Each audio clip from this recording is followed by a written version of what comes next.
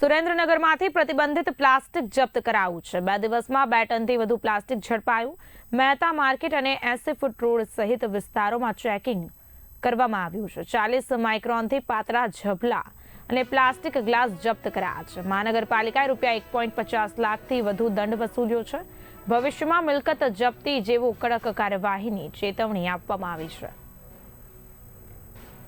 સુરેન્દ્રનગર મહાનગરપાલિકા દ્વારા છેલ્લા 2 દિવસથી બિન અનધિકૃત પ્લાસ્ટિકનો જથ્થો જપ્ત કરવા અંગેની કાર્યવાહી માનનીય કમિશનર શ્રી ડૉક્ટર નવનાથ ધવાણે સાહેબના માર્ગદર્શન હેઠળ સેનિટેશન શાખાની સમગ્ર ટીમ દ્વારા પૂરા શહેરની અંદર ચાલી રહી છે।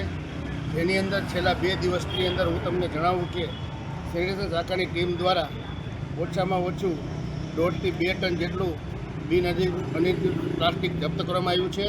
તેમજ બિન અનધિકૃત પ્લાસ્ટિકનો વેપાર કરતા વેપારીઓ પાસેથી લાખથી સવા લાખ રૂપિયા જેટલો દંડ પણ વસૂલ કરવાની કાર્યવાહી કરવામાં આવી છે।